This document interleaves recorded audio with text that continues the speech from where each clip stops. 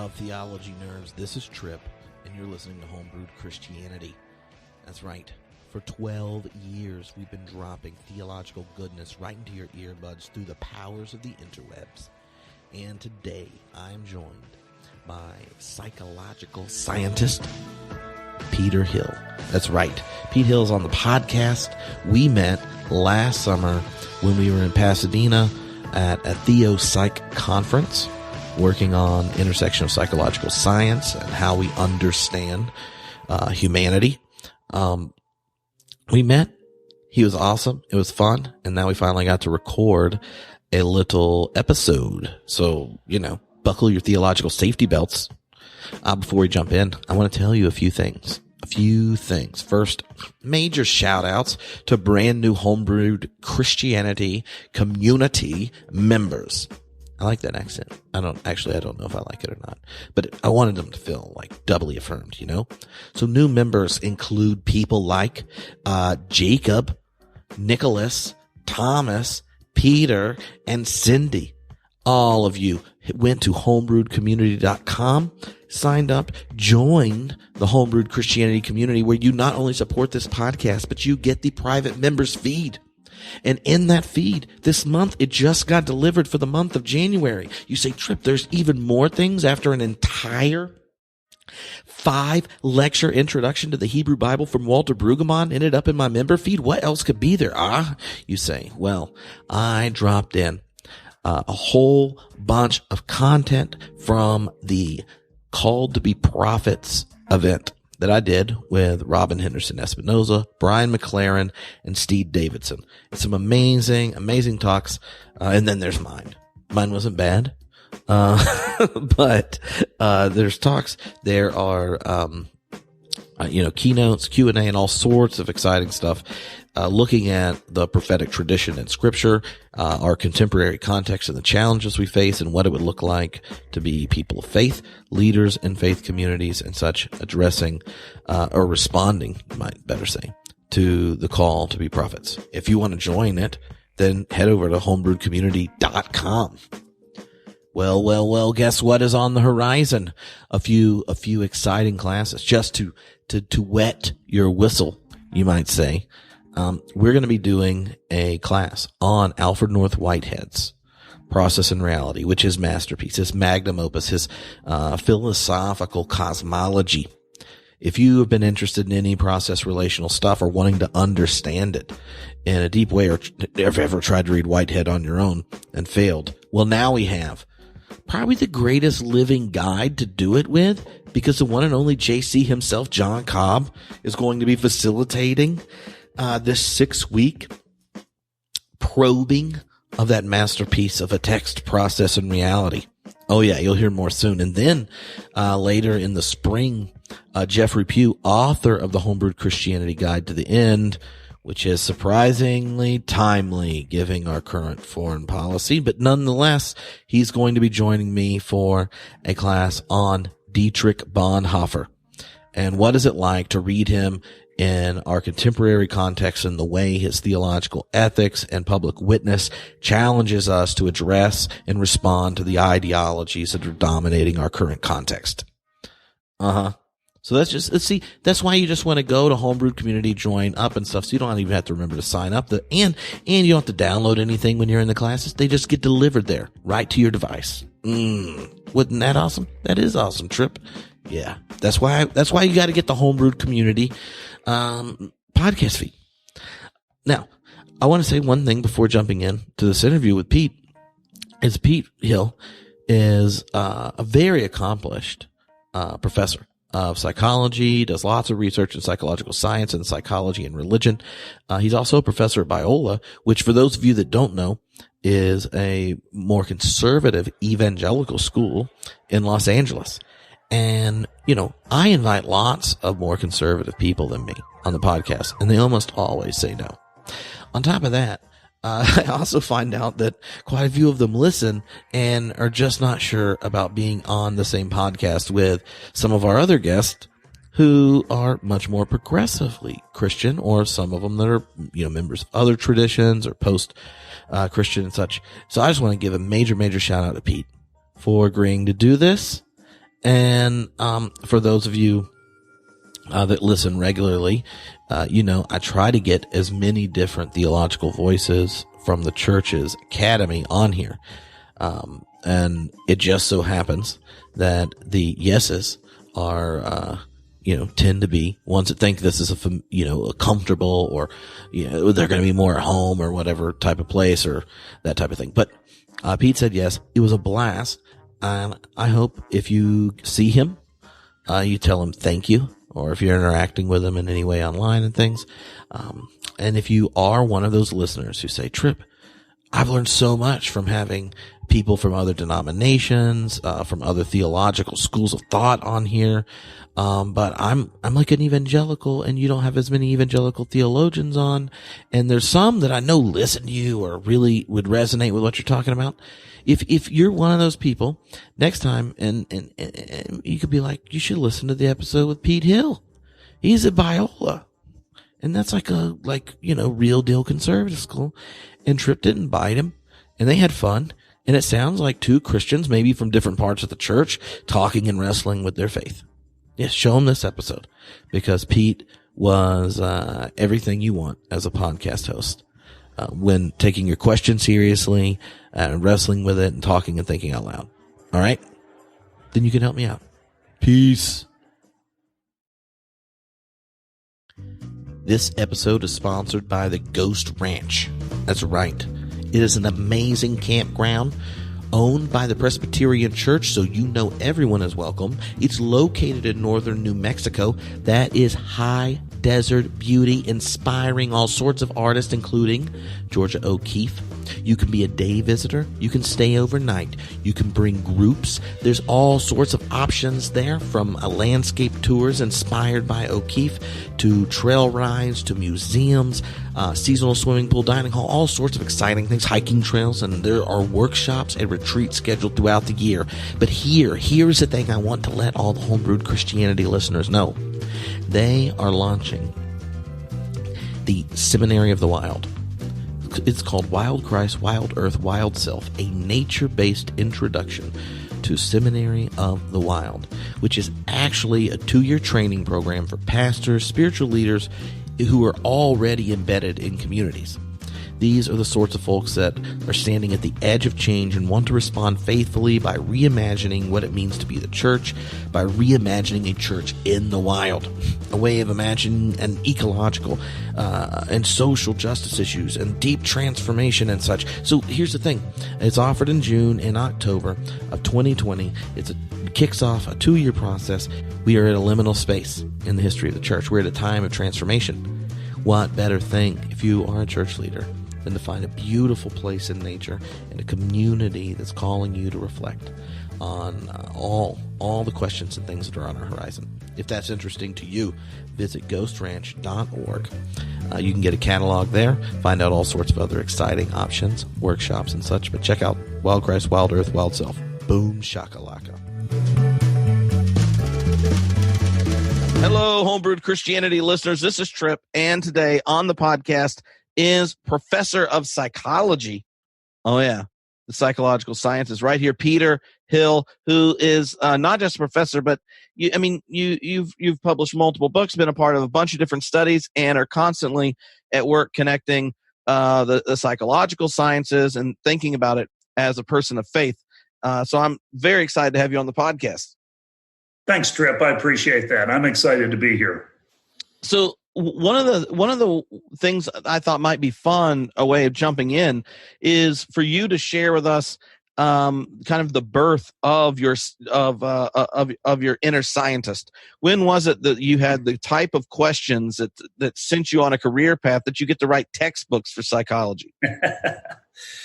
Well, I was not a psychology major in my undergraduate days, but I took general psychology second semester of my junior year, I remember. And towards the end of that course, there was a section on what's called social psychology, which is kind of a hybrid between sociology and psychology.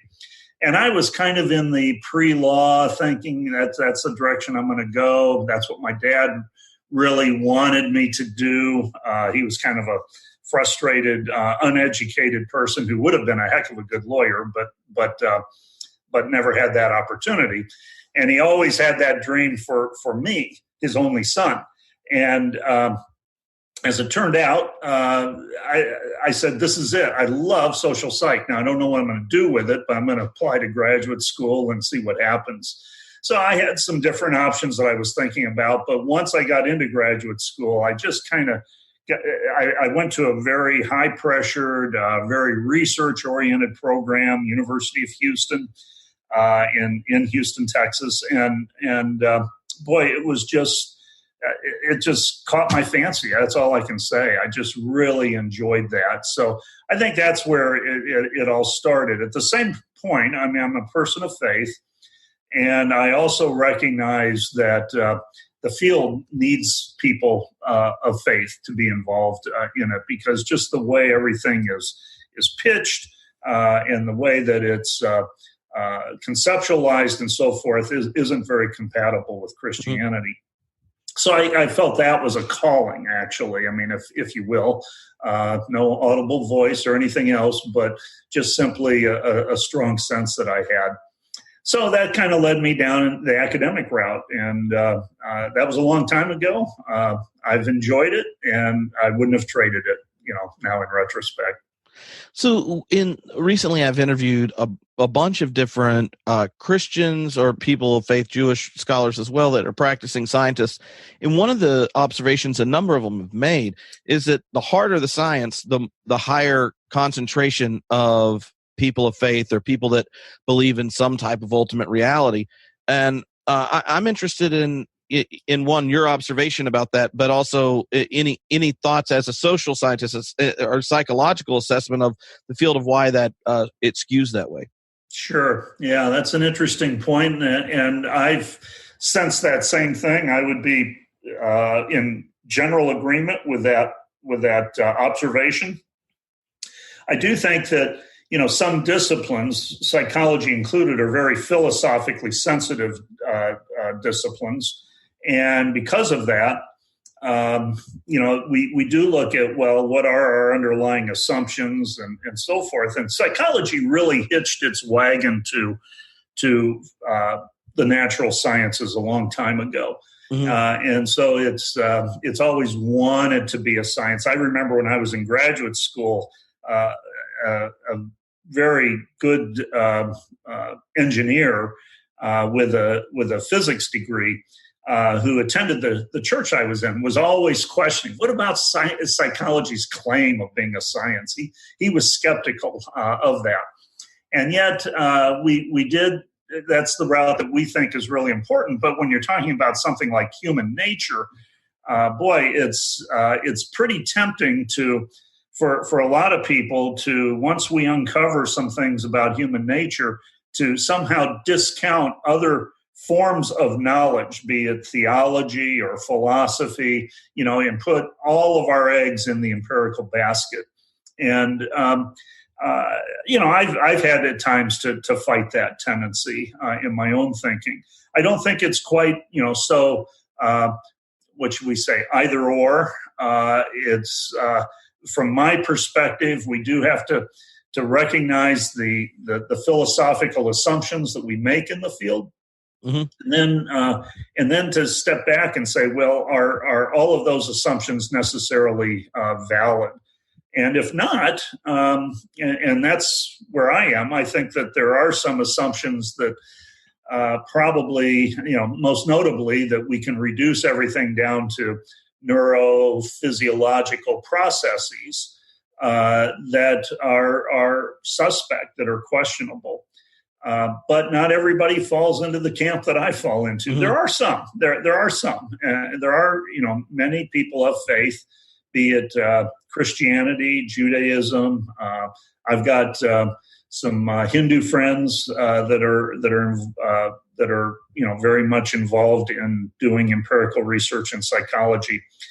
But it is tempting. I can see where a lot of people kind of fall into a reductionistic mode, and then, boy, that's where they land. And as a result, they really become suspect of any other claims of reality, including religion. religion. So what role do you think some of the early psychologists like Freud and such that had robust criticisms of religion, how have those shaped the assumptions around psychology, both within the field, but also something within people of faith who are then hesitant, right, to think about going to a counselor or thinking about participating in studies Sure. and such? Sure. Yeah. Well, if you look at, and I won't bore you with a history lesson here, but I do think just understanding sort of how the discipline evolved in just a few words is important. So when we started as a field back in the late 1800s, early 1900s, and that's where we kind of officially, started as a discipline, more or less. Kind of grew out of philosophy. Philosophers say they kicked us out, but psychologists sort of say we just sort of developed naturally and left the nest. But in that history, in that early history, there were a lot of people of faith actually in the field. But then, as I said earlier, kind of hitched our wagon to the natural sciences and really stressed the empirical basis. And that's really how most psychologists of that era felt we could gain any respect as a discipline. That's when, first of all, behaviorism in particular, with B.F. Skinner and other individuals, and they were really saying we're just simply a bundle of habits. The idea that there's some sort of inner person that there's a transcendent reality that you can't measure. Well, that's just not science. And so that did set a stage. Now, a lot of people reacted. Freud reacted. Then there was a group that probably a lot of folks have heard of, the Carl Rogers and the Abraham Maslows of the day back in the 1950s, that were sort of arguing for a third force in psychology, besides Freud, besides behaviorism, being kind of a humanistic orientation. But that kind of waned a little bit, largely because a lot of their ideas were not very testable ideas for empirical research. Now, actually, in the last 20 years, there's been kind of a movement in psychology called positive psychology. And it sort of says, so much we've spent so much time stressing what's wrong with people in clinical psych in particular. And I'm not one of those clinicians, but that's, the largest group of psychologists are clinicians, and haven't really looked at what's right about people. And actually, the leader of this movement, sort of the father of the movement, a guy by the name of Martin Seligman, who himself is not a person of faith. He's I don't know how I would classify him actually, but he's Jewish, but not a person of faith. He himself has said, we need to look at religion. We need to look at other traditions, not only Christianity, but not only Western traditions, but Eastern traditions as well, that will help us inform our field a little bit and a little bit broader. So actually, there's much greater acceptance today than, say, for instance, in the 1980s when I was just entering the field. So it's in that sense, it's kind of encouraging. But there's still a lot of tension. There's no getting around that. And just historically, the way things were set up, I think, kind of created some of that tension. And certainly Freud, he didn't help matters with some of his theory.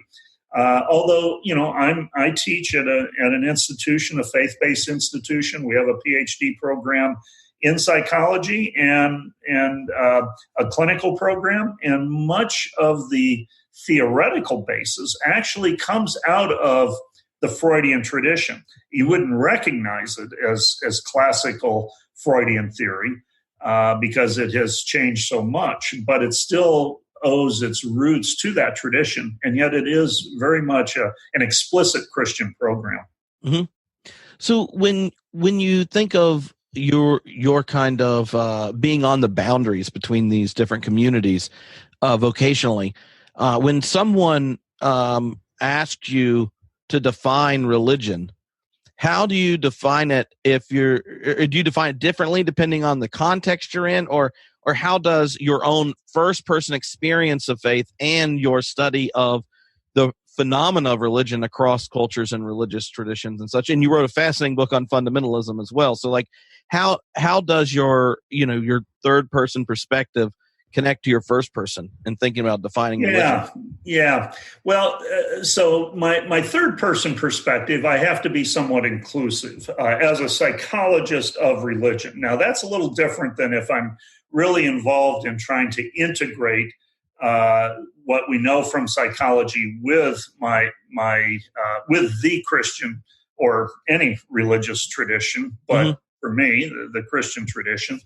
And that's a little different enterprise in itself. So let me first mention psychology of religion. Okay, so I work there. There's a large division in the American Psychological Association of psychologists who study religion and spirituality. Some are people of faith, many are not. I rub shoulders with them, and some of my closest colleagues are people that are not persons of faith. So I need to be open and thinking with them through some of these issues. So just in defining what is religion or what is spirituality, I'm sort of the perspective that we need to have some sort of very broad conceptualization of it. And so I refer to it, and this isn't all my original language. This is something that we find others using in the field as well, that it's really a search for the sacred. And that search can have many, many different avenues. Now, for me personally, the avenue is through the Christian faith, and you have to take into account much of what you think that Christian faith is teaching and trying to say. But I also understand that if we keep that broad definition, we can use it for understanding other faith traditions, as well as the people who fall into the none category or the spiritual but not religious, and so forth. That they might still be searching for the sacred. It's just that they don't have a very clear definition of what that sacred is. So I think that's sort of how I speak as a psychologist of religion, and I'm working with other people who don't always line up personally with where I am. When I get it down to a more personal level, then I do. I'm wrestling with the issues of what does Scripture say? What does theology say? What are some of the traditions that we have in the faith that we ought to be holding on to, as well as maybe some that we ought to get rid of? But that's a subjective call that I think each person has to answer. And how do I integrate that with what I know from psychology? And that's quite a different exercise. So, for instance, I'm the editor of a journal called the Journal of Psychology and Christianity, which is really a faith-based journal, although we do have some just pure psych of religion articles that are in there. But it's owned by an organization called CAPS, the Christian Association for Psychological Studies, that really does try to pull together and integrate the findings of psychology with Christian faith. The only other thing that I would add in that is that I mentioned a few moments ago about positive psychology. So a lot of times positive psychology is stressing the virtues that we develop. And there's no better place, than certainly Christianity, but also some other religious traditions that really talk about virtuous behavior. What does it mean to be humble? For example, Philippians chapter 2 would be, such a great example. So today, humility, for example, including intellectual humility, is somewhat of a hot topic in the field. Yeah. I would have never dreamed that 30 years ago or so. But today it is, and it just kind of opens the door for religious conceptualization and understanding to enter the conversation. Mm-hmm. So when you think back to like powerful, intense religious, spiritual experiences of yourself, like how does your own study of the variety of religious experience across the human spectrum change the way you think about your own encounters with the sacred? Yeah. Well, maybe this is a little disappointing. I haven't had a lot of those kind of epiphanies in my life. I grew up in a Christian home, although there was maybe some periods in there that there was some wavering that was going on.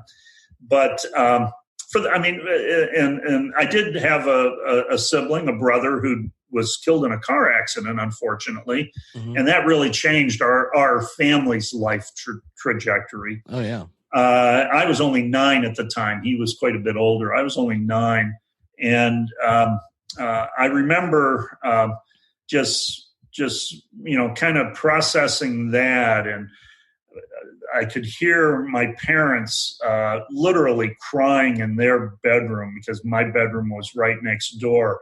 And I think all of that had an impact on me, an influence on me that I just never, I would have a hard time explaining what that influence was, other than when we go through really traumatic, life-changing events like that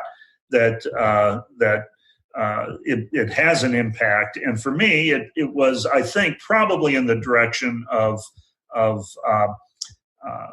cherishing my faith even more. It didn't lead to a questioning of that. And I think that's what I saw in my parents as well. That said, I do think that from my perspective, God can work in miraculous, supernatural ways, but an awful lot of the time also just uses the natural. And as a result, I don't want to kind of put God in one box, the God of only the super transformational or the super natural experience. So I see a lot of this, as these were my interests that kind of developed as I was going through high school and into college and then into graduate school. And I don't see necessarily those interests opposing anything that we would put into the spiritual category. Mm-hmm. I honestly think that one error that we sometimes make is we tend to over-spiritualize some things. In one sense, we're spiritualizing it by giving God credit, okay? That kind of spiritualizing I'm fine with. But, when we have to search for great meaning and so forth in every experience, I'd rather just simply say, and I'm looking out my front window, I've got really a nice view here of mountains. And just looking at those, I just see splendor and glory on something that's a very natural thing. Mm-hmm. Well, and I think part of that has to do with, in different parts of the church see it differently, but like how we understand the presence of God in nature, right? And one of the kind of errors of a lot of kind of early American Christianity is it's kind of undercover Gnosticism, where the body and nature become places that, in preserving the sacred that takes place in church, we're evacuating the sacred from our bodies and seeing them mostly as sinners, as in nature and in society as secular places. And when you have that broad definition of religion, when you're looking at the phenomena as a psychologist of the search for the sacred, one of the things that kind of hermeneutic or interpretive grid is you recognize the profundity of things that are just about you, that sometimes we haven't given ourselves permission as people of faith to recognize. That's right. Absolutely. I heard at one time from Craig Barnes, who's now the president of Princeton Theological Seminary. He was at that time a pastor, and he put it this way. He said, actually, he had gone in for there was some sort of irregularity in his heartbeat or whatever. And so he'd gone to see the doctor, and he was actually hooked up to where he could see the heart beating. And he said, that's something that's just going on. He says, you kind of get in the sense that you're a cheerleader suddenly for that. Keep going, you're doing well. But what he was really saying is that's something that's been going on our entire life, and that's an incredible thing in and of itself. Mm-hmm. And I think sometimes we don't recognize that God is the author of all things, that which is natural and something that's been going on with regularity from day one through to incredible events that we just simply can't explain. Mm-hmm. So one of the questions that came to mind when I was in undergrad, my senior year, and I took a psychology of religion class, was the way psychology of religion giggles at some of the debates theologians have. Right. So when theologians if you ask like contemporary theology about a question like around religious pluralism or divine revelation or something like that, some will want to make religion this thing you critique so that Christianity is the exception. And so humans aren't naturally religious, right? And Christianity is the exception and that type of thing. Or will want revelation for it to be true. It has to come and encounter us and not just speak to us, but God has to give us special ears so that we can actually hear real revelation, because this phenomena that everyone's experiencing and seeking after the sacred, it can't be the real connection point.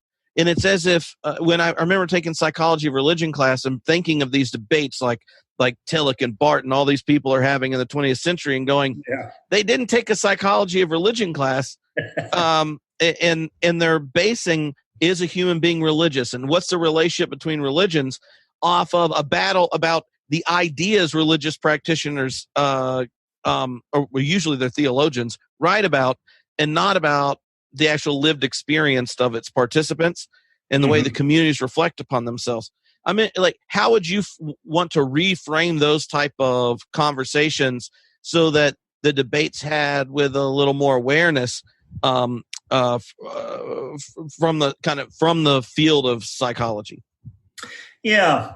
Well, first of all, just I like the way that you started that by just saying, psychologists might giggle a little bit at what the debates of theologians and philosophers, but probably that goes both ways. I don't know if the theologians and philosophers are always necessarily giggling at psychologists, but they might be rolling their eyes or thinking just how maybe superficial some of their analyses are.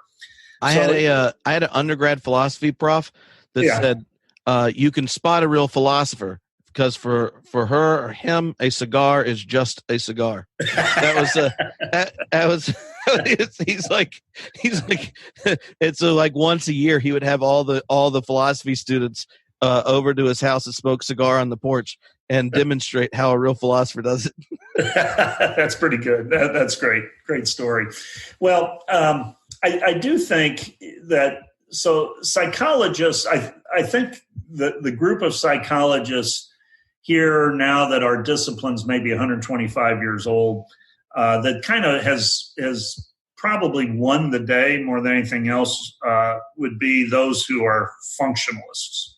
And by that, I'm talking about the William James kind of psychologist, who doesn't really ask what is the mind, okay? That's more out of a structuralist kind of perspective that some early psychologists were promoting. But it's more, what is the mind for? Okay. And so it's always what is the outcome? And almost always that's how we like to set up our empirical research, that you need to have something that's predicting an outcome. And that's what your theory is, and that's what you should be testing. And so in that sense, we're really very, some ways, pragmatic about things, and trying to look at how does this operate, not so much in terms of all those really highly nuanced distinctives that we probably can't get at empirically anyway, okay? But instead, how does it really change the individual? How does it transform the individual? And I think that's what most psychologists of religion are interested in. So that's what I mean when I say I think the functionalists have kind of won the day, at least. Now, that might change in the future, but right now, and there is, I think, one area that might be an exception to that, and that is sort of the neuroscience work on religion. But boy, I'm familiar with some of that. I'm not a neuroscientist. That's kind of at the other end of the spectrum from some of the work that I do. But I am familiar with some of that, and I'm also aware that an awful lot of it is still in the speculative stage. Some folks speak as if we've got it all figured out in that field, and I just think that's all far too premature. But that might be where the content of thought and how it affects us, might be a little bit different once we get to just simply a physiological analysis of it. So that might be an exception, but I think other than that, I think, like I say, what is the mind for? What is religion for? How does it really impact our lives? I think that's how psychologists of religion like to frame the questions. Mm-hmm. And how would you describe the cross-cultural and cross-religious consequences of a religious practitioner? Like if someone participates and is a committed participant in a religious tradition versus one that's not, are there correlations regardless of what type of religion they're participating in? Well, I think there that's a possibility, and I think sometimes that's probably what we would find, that it doesn't matter if you, at least in terms of the psychological processes that are involved in faith.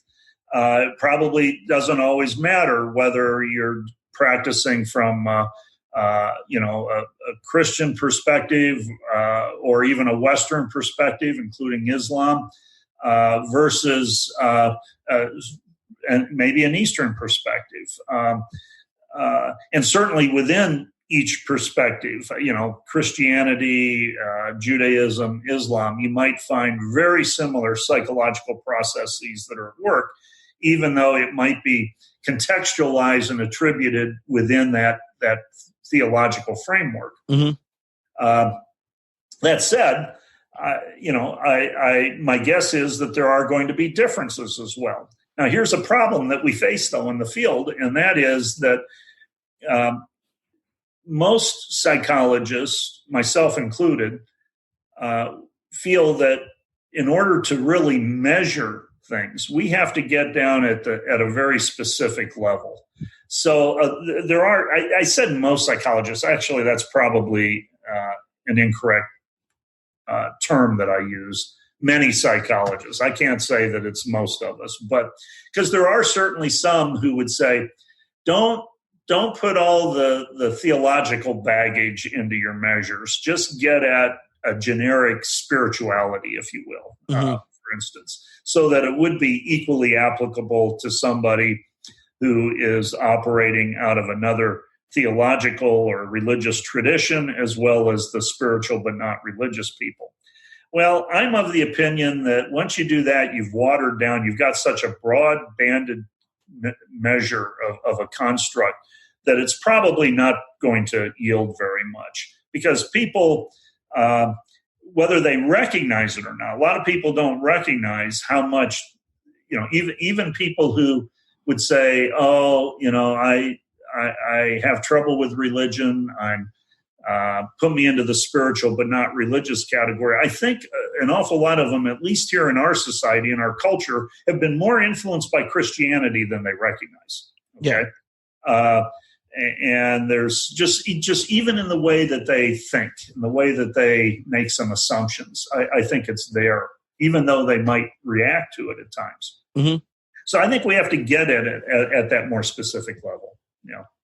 Well, and maybe you can use the study of fundamentalism as an example, because one of the things you do in that book is you develop the whole intratextual search for meaning, and I found it a very powerful book, because even most Christians, unless you're a fundamentalist, like, no one uses that label on themselves unless they want it. Right? Like, you could be like, well, I grew up Catholic, but I go to a Protestant church now, or or I'm mainline Protestant, or I'm evangelical, or there are tons of things you could label, but no one takes like fundamentalist on accident.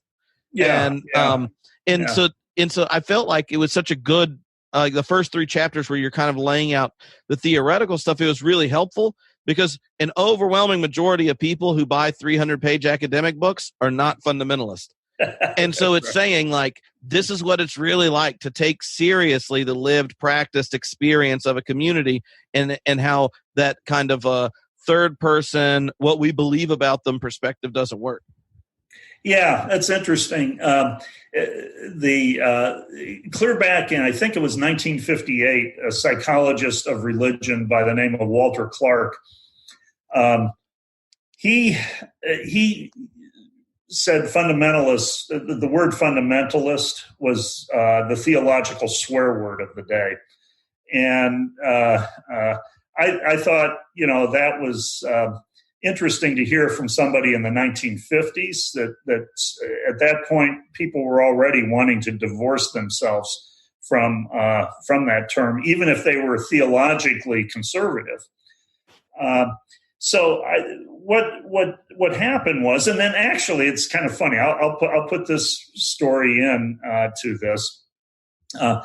How we started that book, where it really got its start, was in 1994. The book didn't come out until 2005, but in 1994, I was rooming with one of the co-authors, Ralph Hood, at a convention in Los Angeles, and we were just in the room one night watching TV and just kind of conversing with each other while we were watching TV. And he said, "Well, Pete, you're a fundamentalist," and then he went on, and I didn't hear anything else, okay, of what he was saying. I said, "Wait a minute, let's go back and let's talk about this, because you see me as a fundamentalist, and I certainly did not see myself that way, and I was in some ways offended by that." So it was that theological. I have some friends to introduce you to. Yeah. It was that theological swear word that I was hearing. And so what happened was, that was about 9:00 at night. By 3:00 in the morning, 6 hours later, we had outlined the book. And what we both agreed upon was that our tendency is to have a stereotype of fundamentalism, sort of, militant, in your face. There's been jokes, fundamentalists are evangelicals without manners, and that kind of stuff. But in reality, what a lot of people would refer to as fundamentalists is that they really operate within a system of thinking. And it's a system more than just thinking. It's a system of their entire experience. Mm-hmm. And so we provided what we called this intratextual model, which is very systemic. You look within the text. There are absolute truths that you believe that are being communicated by the text. And and that gets reinforced within a body and so forth.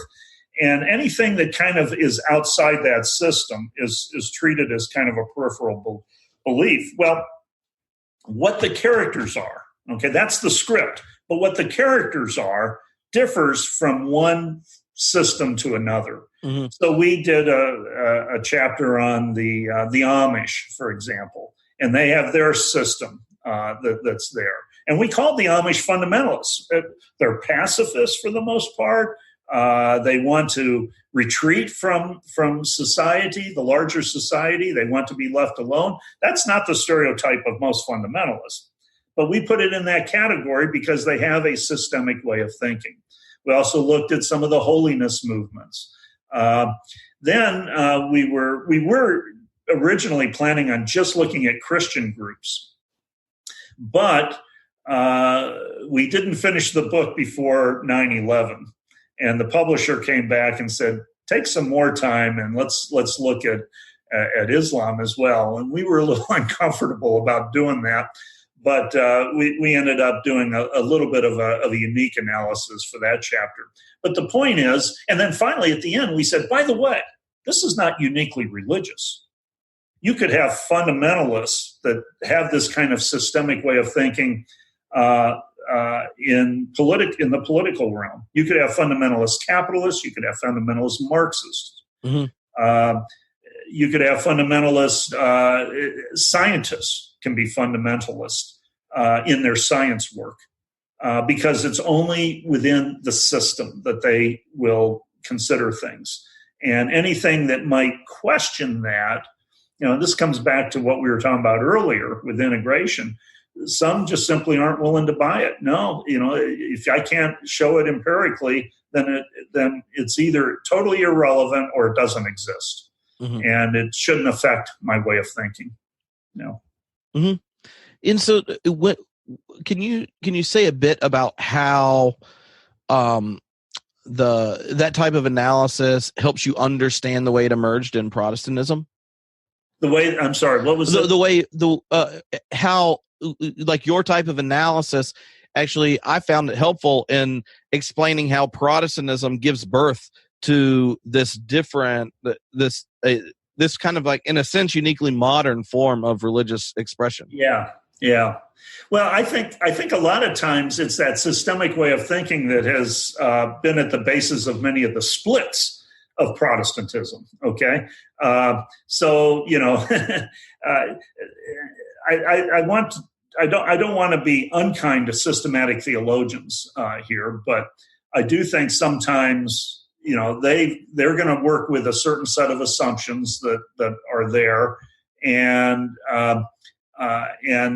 anything outside of that set of assumptions simply isn't going to infiltrate their system. So I think that and I don't mean to say everybody's a systematic theologian, far from it, but I think that does kind of trickle down into some of our denominations. And when you look at the history of some of the splits in churches, I can see why some folks outside of Christianity would say, I don't want any part of all that fighting that seems to go on. But it is because we do tend to see this very systemically.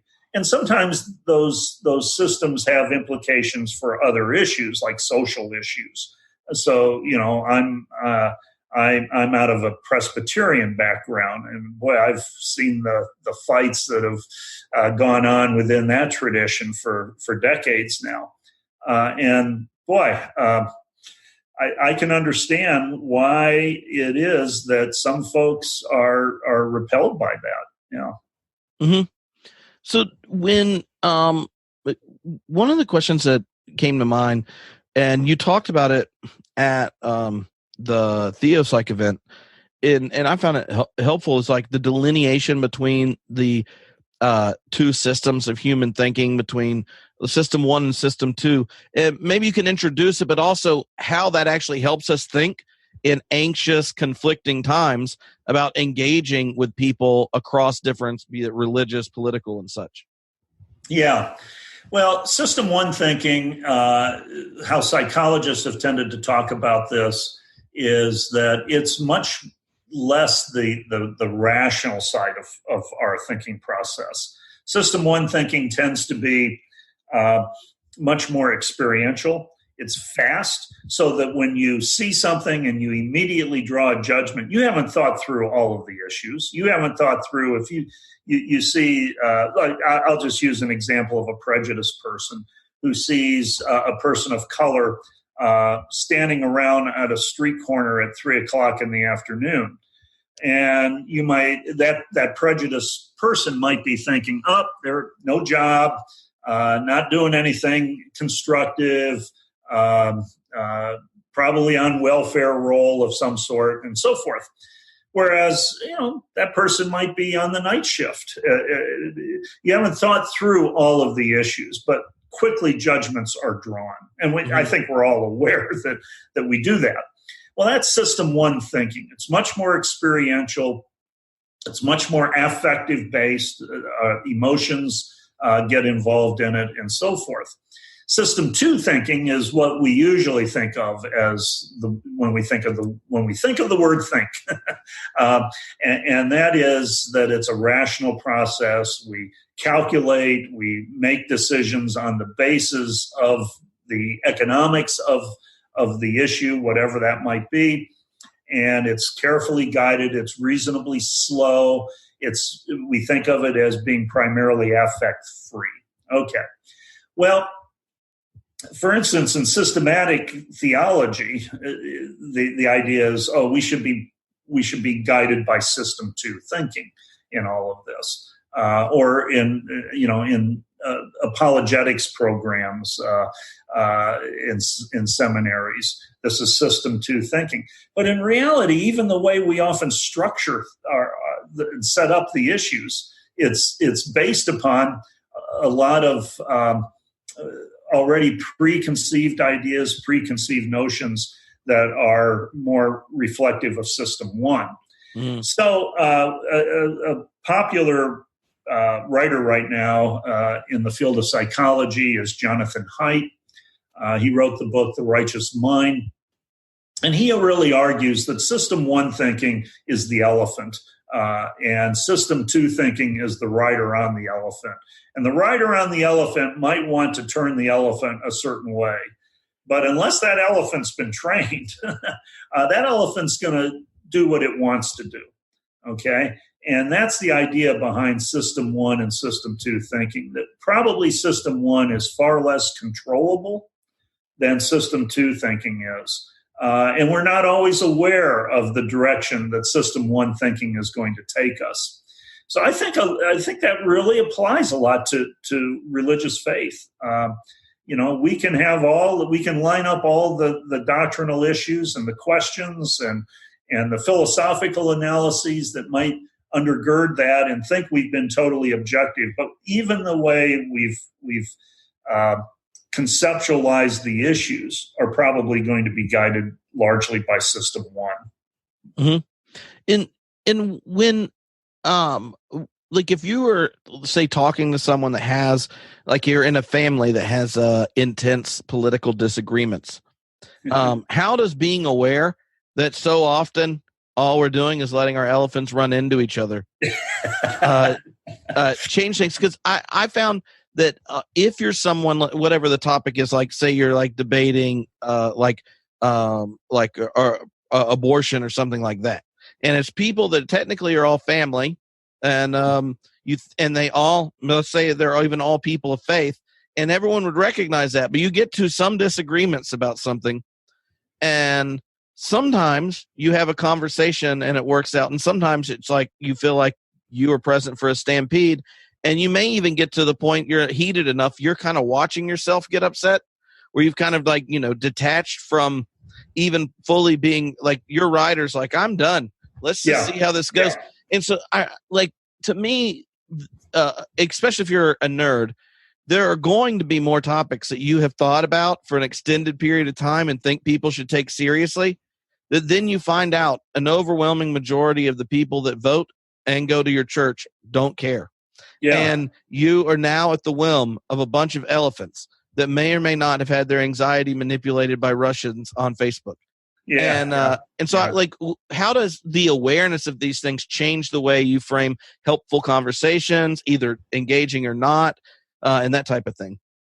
Well, one of the questions that psychologists are trying to address is, can we develop a mindset that's more system two, that with certain habits, certain practices that we intentionally employ might override some system one thinking, okay? So in other words, can that system two rider have any training on the elephant? And that's largely a topic right now that's getting some attention by psychologists. I think one thing that's might intuitively seem obvious to us, but has received some empirical support, is just how intentional are you going to be about this? Okay, so let me give you an example. Since you were talking about like families that might disagree on, say, a social issue, even though on many things they might be coming from the same basic position. Well, I think one of the things that we're testing right now is, can we, especially in this area of heavy polarization, politically, theologically, religiously, so forth, can we override some of that with a very simple principle? And that is, can we enter into discussions with the primary goal not being trying to persuade the other person, but with the primary goal of being just simply trying to understand the other person? Mm-hmm. So there are equally intelligent, equally well-intentioned people that will hold views very different than what you hold, okay? And why not be curious about it rather than trying to go in with the idea that I have to convince that person? And so actually there's an organization, I'll put a little plug in for an organization called Better Angels, that does this strictly in the political realm. I'm a member of the organization ever since the 2016 election. It started. It has about 7,000 to 8,000 members right now. And they actually, some members are trained to actually handle discussions between reds and blues in our country. And you set these up. It's a very grassroots kind of organization. And they're operating basically on this principle. By the way, it's the same principle that's been developed in family systems therapy, of trying to get families to understand and work together, or even in marriage relationships, rather than just digging your heels in. Then it's trying to understand why that other person thinks the way he or she does. That requires a certain level of intellectual humility. It's a topic I mentioned earlier that psychologists are interested in, that maybe I don't quite have all the answers. Maybe I'm not seeing all of the issues. Maybe there's another perspective that I haven't thought about, and maybe I can learn from something. So I think teachability is part of the issue. But boy, that's a mindset that we don't seem to encourage very much here in our society now. Yeah. Oh, no, I don't think I don't think we're doing too well at it right now. So one of the dynamics that has come up in a number of other episodes that I thought, I got to ask Pete about this, is how would you describe the social cultural inheritance of an individual that they get within a religion? Like, you're born into the world and you don't pick your family, place, time, all that kind of stuff. And yet when you learn language and when you're being socialized, there's this giant chunk of common social knowledge that comes in. And those are likely the language, symbols, signs, rituals, framework for you to encounter the sacred, to make sense of your impending finitude and all that kind of stuff. And I wonder how, what's the power of those, and then and how do they move from kind of within as you develop between kind of a collection of information and things to being internalized and owned on your own, where that information leads to a type of transformation where you can say, not like they were brainwashed and programmed, but they came to some kind of deeper sense of self or something within the tradition. Like when it gives you the gift it wants to give. Yeah. Well, first of all, we can never get around the experiences that we have, especially in those early formative years, right, really from day one. Especially if we grew up in a home that stressed a faith or a philosophy or whatever it is strongly. As a way that we operate as a family, as for me and my house, we will serve the Lord, kind of notion, and so we can't get away from that. And so much of going back to System 1 and System 2 thinking, so much of System 1 is going to be sort of on this basis, this foundation that was set. There's a strong affective base to this. As I said earlier, I grew up in a Christian context, so even the word Jesus has a different ring to it. Mm-hmm. Even the name Jesus, I should say, has a different ring to it than the name Muhammad, for example, for me. And I doubt if I've rationally thought that through. That was just ingrained from very early in my experience. So we can't get beyond that. So what do we do? Well, I think one of the things is that you appreciate the heritage that you have. And you might say there are some things that don't make sense, that I need to test a little bit. And you might do that, but I think in the long run, you try to give it a fair shake. Okay, I guess is the way I would think about this. Now, I recognize there's going to be somebody in an entirely different culture that will be doing it with their tradition as well. And what is that tradition? What is that culture? What is that religious faith really trying to communicate? What is it really trying to say? And I think, in Christianity, there's some really central messages: love of neighbor as oneself, loving the Lord your God with all your heart. Those kinds of things that should have some transformational value that are there. Now, if you've sat down, and your System 2 thinking seems to just throw out more questions than answers, and you have a difficult time tolerating that ambiguity, if you have a need for certainty, then that's where it's going to lead you to either one, go ahead and chuck it all. And just say it's I don't think it's right, it's not for me. Or two, you're going to embrace it more. Okay, one way or the other, you're going to force yourself, I think, to go. I think we can only sit on the fence so long. Mm-hmm. There might be some people that can tolerate that ambiguity and sit on the fence maybe their entire lives. But I think most of us tend to, especially as we grow older, we tend to sort of head in one direction or the other, and we become more committed to that as time goes by. So one of the sometimes people struggle is less with the teachings of a tradition, or maybe not all of it or something, but trauma they experienced in a religious context. Yeah. And I've had, as a minister, people come in to have a meeting after they visited church twice, and then you hear the stories and you're amazed they came to a church ever again.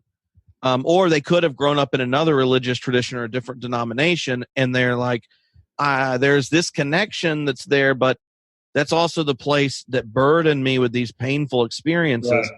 And I'm interested in what kind of advice would you give for someone who has a lot of listeners that listen to this podcast, I know, grew up evangelical and they're like, oh, Tripp's a church planner's kid who did a philosophy of religion Ph.D. and talks to theologians. And I've had emails where people like, I've listened for 5 years. I finally went back to church because I processed stuff. And others who are like, I listen so I can talk to my parents about something religious, but like when I drive by a church, it's painful. And when you hear the story, it makes sense. I like, what kind of advice do you give for those processing trauma? And then maybe even more important for the ministers that are there to not make things worse when someone's dealing with trauma that's connected to religion?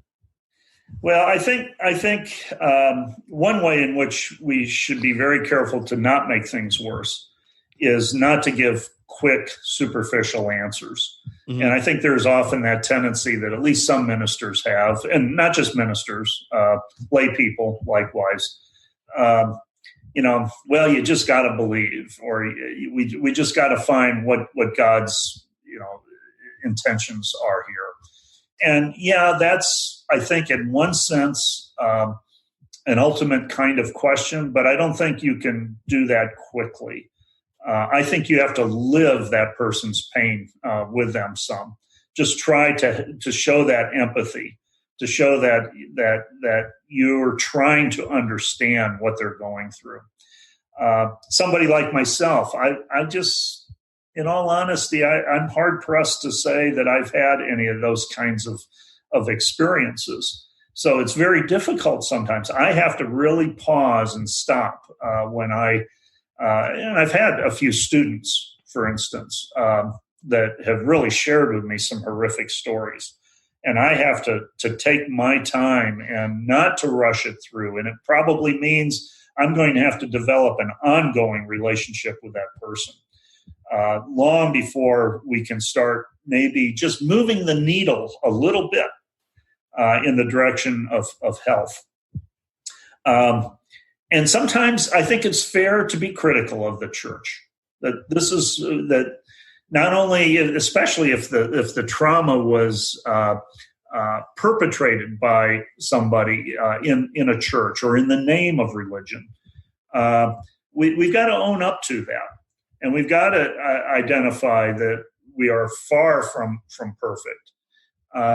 So I don't think we can cover over that or treat it, just avoid that kind of issue. Now, that's not always going to be the case with somebody who has trauma. But if that is the case, I think we have to just own up to it and point out our own fallibility as corporate fallibility in this matter. So I think that's one thing. The other thing is the fact that maybe that they're even coming back to church. It should be telling you something that says that affective basis that was pro-religion, that was pro-church, must be so strong that they still find some sort of attraction that's there, even if the fact that they might even say, "Pastor, I want to talk with you." There's still some element of respect that's there, and that needs to be honored as well. And you need to say, well, congratulations for being open enough and being courageous enough to come and talk with me.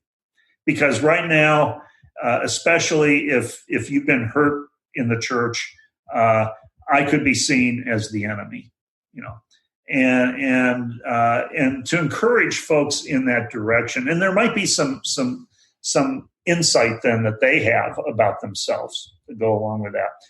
But boy, that's a long journey you've got to be willing to take the time. And I don't know how many of us are willing to do that. Yeah, I just feel like there is, for too often the church only wants problems that can be resolved by the end of the worship service. Yeah. And then they have a sacred text that has 4,800 year history in it. So, and it's still left unresolved. Every Advent we remember it's still left unresolved. This is where sometimes, just the pastor feels like he or she has to be providing all the answers. And sometimes it's the willingness to say, you're facing some struggles that I don't know how to answer, but I'm willing to work with you and help to find somebody who can. And this is where I think pastors need to have referral networks to counselors, to psychiatrists in some cases that they can trust, And I think sometimes many of our pastors just don't do that. They haven't worked at that. Oh yeah. If you don't have enough people to refer, then it's you may not know that coffee is actually a dangerous meeting because you're not equipped to actually provide the resources. That's right. But, there's actually trained professionals who, and ministers get trained to be slightly above average in 100 things, and they're actually above average in about 70 of them, and then they hope that the other staff members are able to help them with the other. Yeah. So one of the questions that I had a couple questions people sent in, and one of them was how do you understand the difference between the role of culture, race, and religion just between those who would affirm the same theological convictions, the evangelical convictions, but the racial disparity about support or not support doesn't correlate? Because and this came up because of in one of our discussion groups, like you had people who were like, no, I have friends that are ardent evangelicals yelling at each other on Facebook about how being pro or anti-Trump is the obvious thing you would do if you just were a Bible-believing Christian, Right. And so, I feel like if the terms of it, if we don't reset the table, that is always going to be a fight. And so I said, good, I'm glad I don't have to answer the question. Oh, shucks. I wish you had the answer. Well, I think some of it does go back to the point I was making earlier, trying to understand versus trying to persuade, which means sometimes you have to sort of take a third person perspective on yourself and what are you thinking and what assumptions are you making as you are pro-Trump or anti-Trump or whatever the case might be. Then with regards to issues that involve demographics, race, for example, and how there are very, very committed evangelical Christians of color who couldn't possibly vote for Trump, and yet, Trump got whatever it was, 81% of the evangelical vote. We have to recognize life is complex. The context in which, I have grown up in and very privileged as a white male is quite different than the context in which some other folks have grown up in. I was just at a conference this past weekend, and the hotel I was in was very nice, but within one block was very clearly an African-American neighborhood.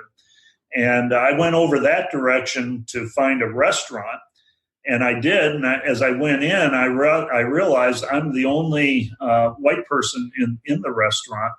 And I suddenly had the minority experience that those folks experience all the time, and it made me think a little bit more about some of the issues that they face. And I had a heck of a good meal, by the way, there. But I think it's sometimes just social contact. It's just getting outside of our own little, in this case, literally the block that I was in, and went over one block to have social contact. I didn't do it purposely. I did it accidentally, but it was it made me think. I was going through a lot of questions as I was there by myself eating dinner. So what about the way religions either support or critique the status quo, in a sense, or are used for more collective power battles and things, like because one of the I'm reading this book right now called Roots, and it's a collection of social science stuff, just looking at the way racism's connected to the same geographic areas over time, and these are ones that have a lot of family retention rate and things. But and in some of the survey of families cross generation, you see patterns of cultural or ethnic resentment, essentially, that are so steeped that they aren't aware of it. And then I always want to say, like, then what am I not aware of about the assumptions and things going on in me? But the I think part of the frustration among in the current situation is where it's hard to make sense unless you are like an evangelical Trumper that Jesus gets attached to it. Mm-hmm. And like what's the I don't know. I'm trying to think of the way to ask it. Like, I feel like there's some nonpartisan way, not that I don't want to ask in a rude way, but like where you kind of look at basic things that switched. For example, like the morality of a leader or whatever, right? You could see that going either way. I'm sure the same thing happened once Clinton was caught, right? Sure. Like, what is it about humans who we tell ourselves these big stories about being an American or a Christian or whatever, being a Fuller, that's my family, means a lot. And then how does it work cognitively that then your tribal identity, it gives you permission to just change your mind about it, what was essential to you, 2 years ago. Yeah. Well, I was trying to ask it in a not mean way, because I know my family members that are much more conservative than me. I don't want to dismiss them. I'm trying, and I'm sure I do the same thing. Right. Well, I guess one thought, you're talking about, use the term tribal identity. What happens is I do think, family is the paramount tribe that we identify with, especially because of early life experiences. That's where those experiences, are primarily formed, or within the family. And hopefully it's functional. But as we move on, there are other tribes that we're part of as well. And so I think we're often influenced. I know I have been influenced very much by just simply my professional identity and who I hang out with, these psychologists of religion. And that's influenced a lot of my thinking. Then I have, friends at work. I think even for me, my students sometimes, especially my graduate students, have maybe identity is a little too strong of a term, but they have rubbed off on me anyway and influenced me. And so we do it as we grow, especially I think as we're going through adolescence and early adulthood. Those identities can be pretty fluid. They can change a lot. And in fact, Erik Erikson, a well-known psychologist of a earlier era, he really argued that the adolescent is really going through an identity issue or an identity crisis, and he or she is operating in so many different social spheres that there could be kind of a role confusion or a role diffusion. So, I'm a youth group member on Sundays or some weeknight. I'm a partier with this group of friends on Friday or Saturday night, but I go to church the very next day. All of these kinds of things that can be confusing to the adolescent. And eventually they have to integrate this into an identity of who they are. And that identity kind of sticks with them, but it also is fluid and it's malleable a little bit. So I think that's just sort of a natural progression. Now I have grown children, And I can see some differences among my children, and they really are quite different, even with regards to their faith experience. Anywhere from very, very committed to agnostic, and they came out of the same family.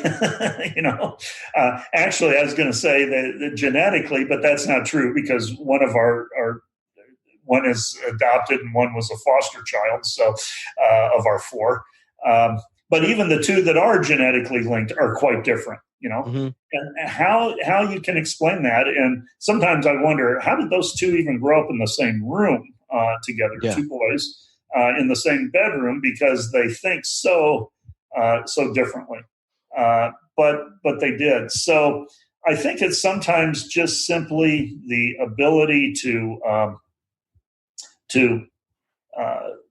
pull that together and to integrate it, and in such a way that still that family is going to have a lot of influence, maybe more than we recognize. Maybe that's more of our system one that's there, system one thinking. But it's going to have to be incorporated with a lot of other experiences that we've learned, including things that we've learned, through the classroom. Mm-hmm. So the family stuff actually makes me think of this book I'm in the middle of reading by Michael Kerr. It's his new book called Bowen's Theory: Secrets Revealing the Hidden Life of Families. And he was I guess he was the student of Murray Bowen, who they wrote together, and then this is his kind of the big theory and applying it book that he wrote all in his own voice. How you can explain that, and sometimes I wonder, how did those two even grow up in the same room together? Yeah. Two boys in the same bedroom, because they think so differently, but they did. So I think it's sometimes just simply the ability to pull that together and to integrate it, and in such a way that still that family is going to have a lot of influence, maybe more than we recognize. Maybe that's more of our system one that's there, system one thinking. But it's going to have to be incorporated with a lot of other experiences that we've learned, including things that we've learned, through the classroom. Mm-hmm. So the family stuff actually makes me think of this book I'm in the middle of reading by Michael Kerr. It's his new book called Bowen's Theory: Secrets Revealing the Hidden Life of Families. And he was I guess he was the student of Murray Bowen, who they wrote together, and then this is his kind of the big theory and applying it book that he wrote all in his own voice. If you study Alfred North Whitehead at Claremont, family systems theory is the most obvious psychological thing for anyone to say, just because it's like the whole basic, like, rule number one is the identified patient is not the issue. Like, there's no substance that's the problem. It's actually about the way the whole network of relationships holds the issue. And if you think you're going to isolate one person and fix them, you're not changing anything. And if you wanted to fix the system, you'd work with the healthiest person, because the healthiest person is the one most likely to respond to treatment. And then they can self-differentiate and become a non-anxious presence that then helps the others grow and develop. And it's real fascinating. But one of the things he said recently was that, as families, relocate all the time, we're more and more geographically and then relationally alienated from the older generations of our family. And yet so often, if you want a better relationship with your partner, your children, your grandchildren, a lot of it has to do with dealing with your own work from your family of origin and the way that shapes you and gives you patterns. And if you can learn to relate to process do work with your family of origin, it can have immediate effects in all these other places. Right. I'm glad you mentioned that, because the whole concept differentiation of self, I think, is an important one. And it's that balancing act between being sort of fused with others, really important others that have an impact on our lives, families primarily, but others as well, and yet still maintain some sense of independence of thought. And again, I think when you go back to system 1, system 2, it's not a purely rational process. Right. A lot of this is going to be at the system 1 level. But that's what differentiation of self is really trying to get at. How do we balance that fusion with the autonomy and independence? And of course, that's also cultural. That's going to be a whole lot different here than it is in some, say, for instance, Asian countries that are much more collectively oriented. Mm-hmm. Yeah, no, definitely. All right. So the last question, and this one was clicked up the most among homebrew members. All right. So if you wanted to pass on the most beautiful parts of your religious tradition, and they're all Christians that voted on. So, but hypothetically, how would you parent so not to burden your kids with things you had to get over? Say like angry sky daddy that had to hurt his son to forgive you or something like that. Like when you think of a lot of the issues that of a kind of toxic evangelical expression, how do you pass on the personal piety, connection to Jesus, things like that, without also connecting it to a lot of the things a bunch of us have processed to just had to work through? Yeah.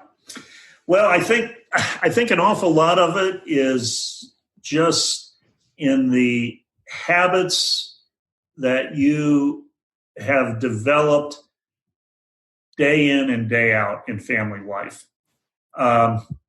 And so by that, I simply mean that that I think a healthy Christian understanding of what it means to be a mature Christian, what it means to really love the Lord your God and your neighbor as yourself, is going to be more caught than taught. Mm-hmm. Now, I think you have to sometimes vocalize that. I think you have to make sure people are sort of understanding, including children, are understanding where you're coming from. But I think it's going to be a lot more just in the way in which you carry your life day in and day out. So if you do have a tendency to show a lot of anger, well, I think you just simply have to be aware of it. And a lot of times, especially where there's both mom and dad in the family, a little bit of feedback, non-defensive feedback between the two. My wife has corrected me a lot. She has told me, you need to watch this. This is probably not the healthiest thing that you're communicating to the kids. And I was totally caught off guard. And I've done the same with her. And so I think that's priority number one.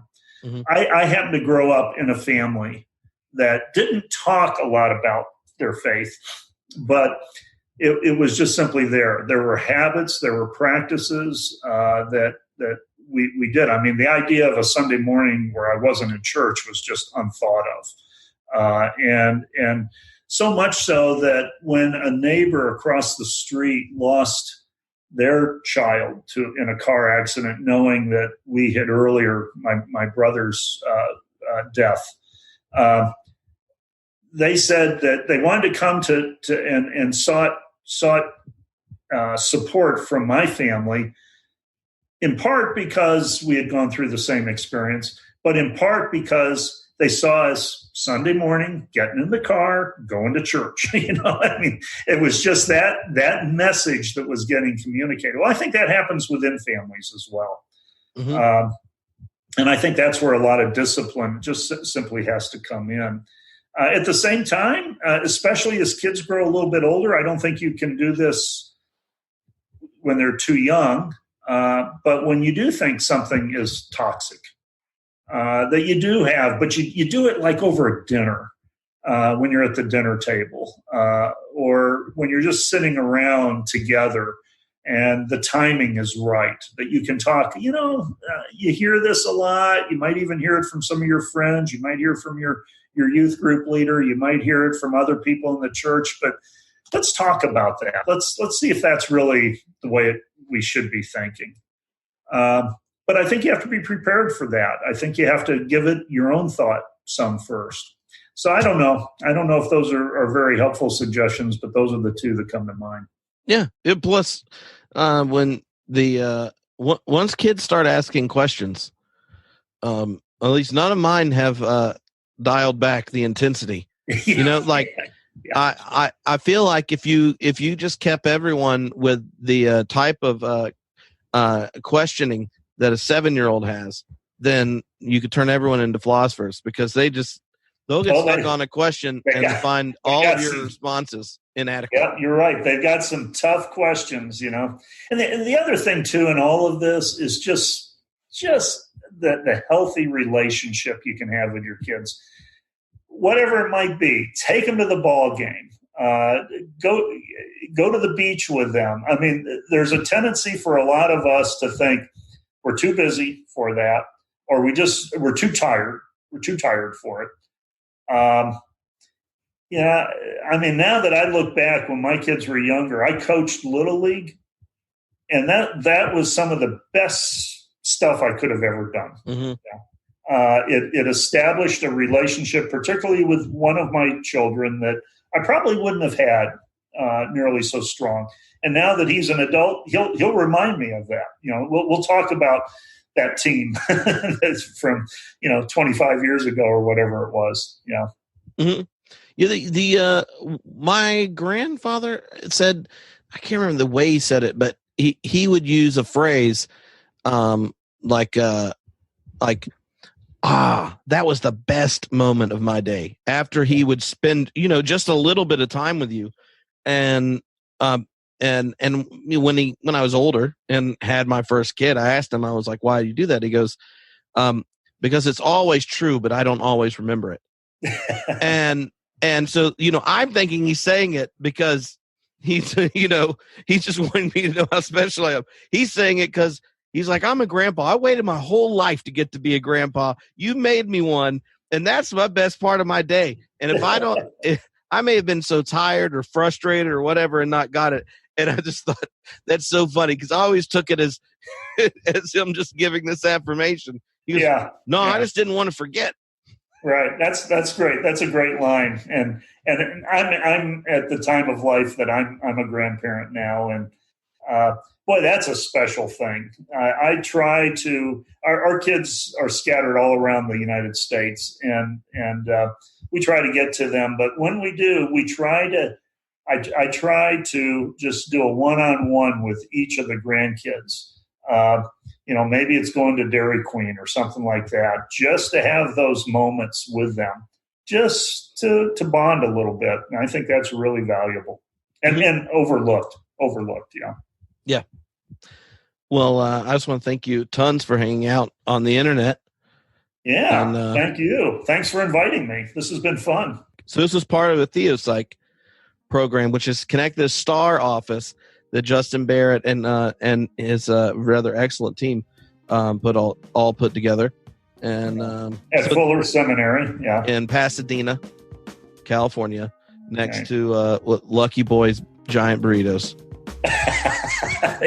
The most important part, right? Yeah, I know. It's just if you're going through Pasadena and you say to yourself, "Is there a breakfast burrito that can work for 3 days?" Yes, there is. It's at Lucky Boy's.